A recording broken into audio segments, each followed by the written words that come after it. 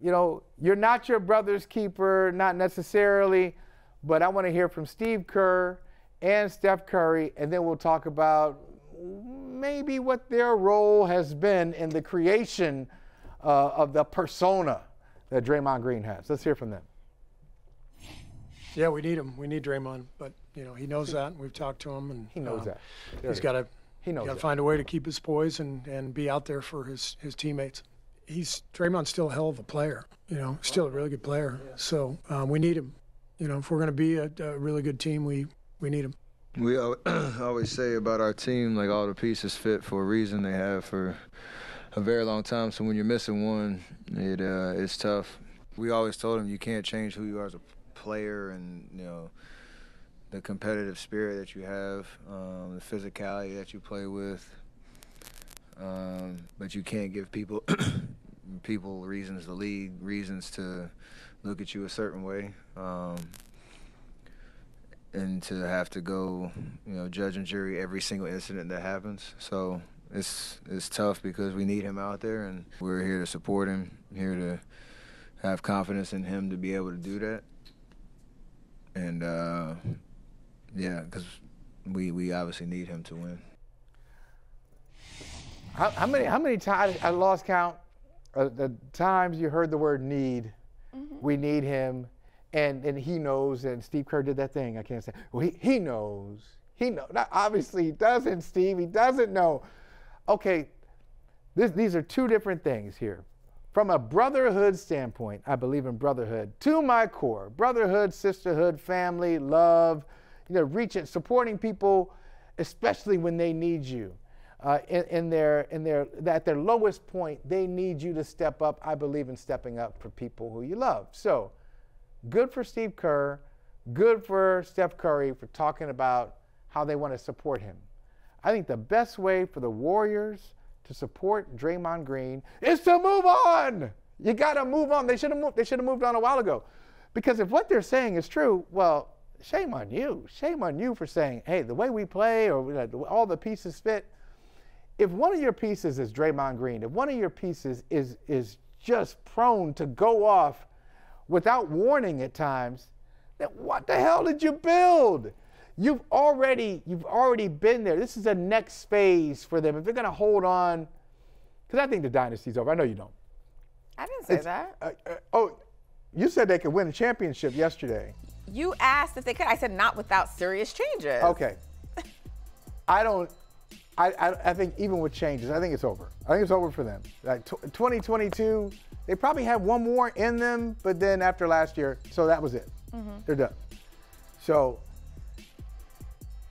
if you wanted to defend it last year, maybe after they benched Draymond during the 2022 NBA Finals and had success with benching him, it was just a little glimpse of what it could be. It worked out. Steve Kerr, I'll give him credit, been critical of some of the coaching moves. That was a really good coaching move. I don't know if his assistants get credit for it, if the players get credit for it, whoever. Coaching staff gets credit for benching Draymond. 2022 NBA Finals saved them. They were down 2-1. Took a lot to get there, though. They were down 2-1, and with in Game 4, with 5 minutes to play, they were down.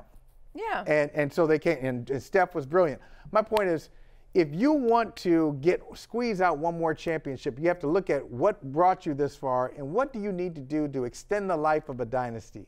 To extend the life of a dynasty, they probably should have moved on from Draymond after they won the championship, which people in the Bay Area, I'm guessing, would have gone, oh my God, what are they doing? After a title, we just won a championship.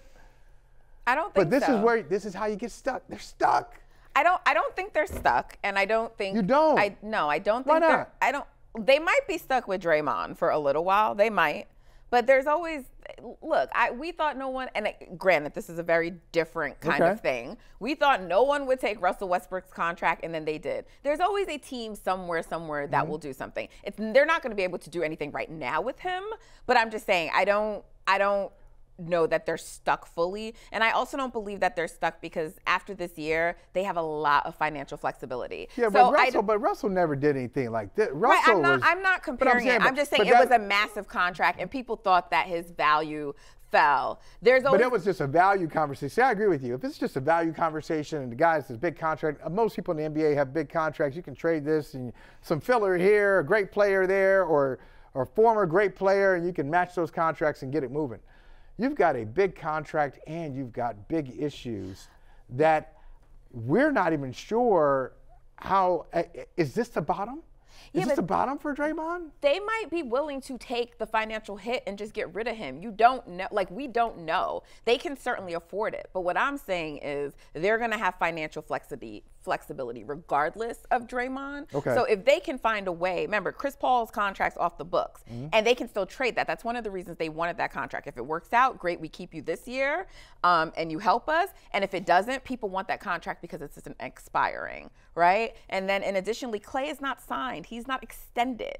And his contract is not going to be anything real next year if he stays with the Warriors. So they have the flexibility, and they have young pieces, and they have Stephen Curry. That they don't use. Right, but now they're going to be forced to use, and so this is a good thing. And so I don't know. Like, to me, because is a dynasty dead because this version is dead, or if they find a way to win with another version, if they trade for Pascal Siakam and they get him and they win, is it dead? So, like, I don't think they're doing anything this year. I would need to see how they reinvent themselves. Can they do a Spurs and do that? If they can, maybe. If not, I don't know. Yeah, I think you got the behavior issue with Draymond, and then you've got the playing issue with Klay Thompson, who admittedly has said, he said, I'm playing like crap. I deserve to be benched. I didn't like it. So Klay Thompson has fallen off. Draymond has gone off. But are you talking about this year, or are you talking about for the future? Because I'm talking about both. I'm talking about both. Right, but they had the money. I'm saying they had that money to replace Klay. So to me, that's so hard to do, though. It doesn't matter. Well, like, how do you just kind of? So I'm imagining that Klay Thompson is not part. If there is another championship in Golden State in the next 3 years, and before Steph Curry turns 40, right? Okay, and there's another championship, I don't imagine Klay is a part of it.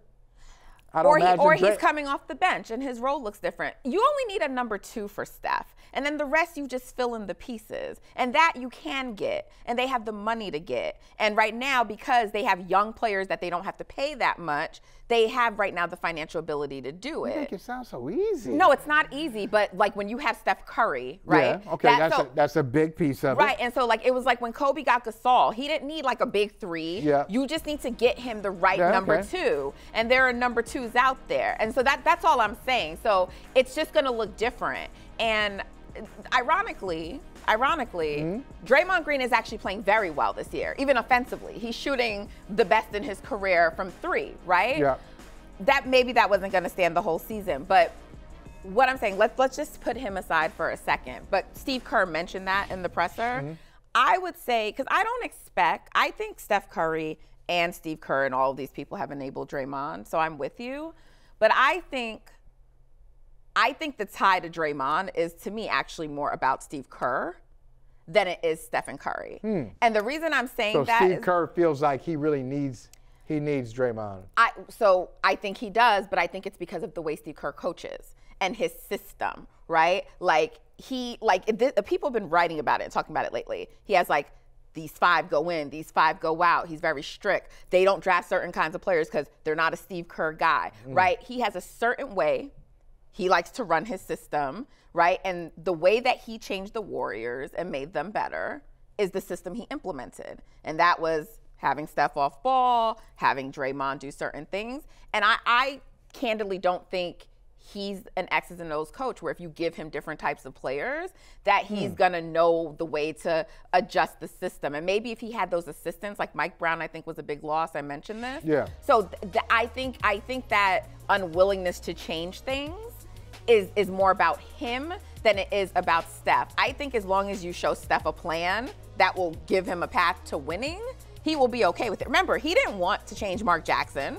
He spoke. I think Mark Jackson's great. They still traded it. He's just a Tim Duncan type. He's not like LeBron. He's not going to say, let me just go out and do my thing. Yeah, he's not going to say, fire this coach, get rid of this guy. And that's a great thing when you're winning, but it's not a great thing maybe sometimes when you want that player to do that. So I don't expect Steph to throw him under the bus.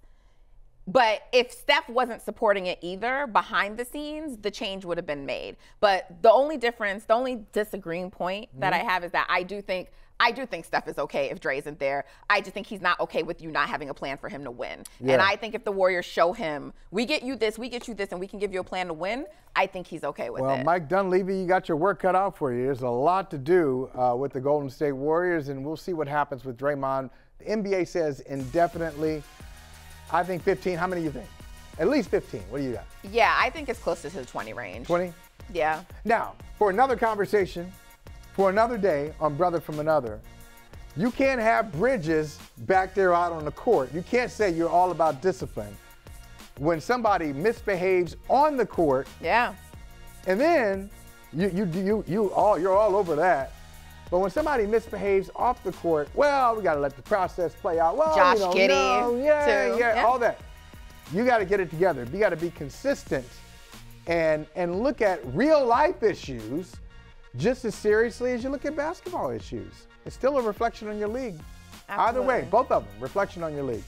All right, we're going to talk. Hey, where's Lawrence? Lawrence going to be around. Lawrence Jackson. We're in studio. I'm going to ask everybody to come in. Where's Mike Tirico? Where's Collinsworth? Where's Rodney? Sims? Where are y'all? Hey, thank you for watching Brother from Another. If you haven't hit that subscribe button, go ahead and do that now. Don't forget, you can catch us 3 to 4 weekdays on PeacockTV.com and on Sirius XM Channel 85.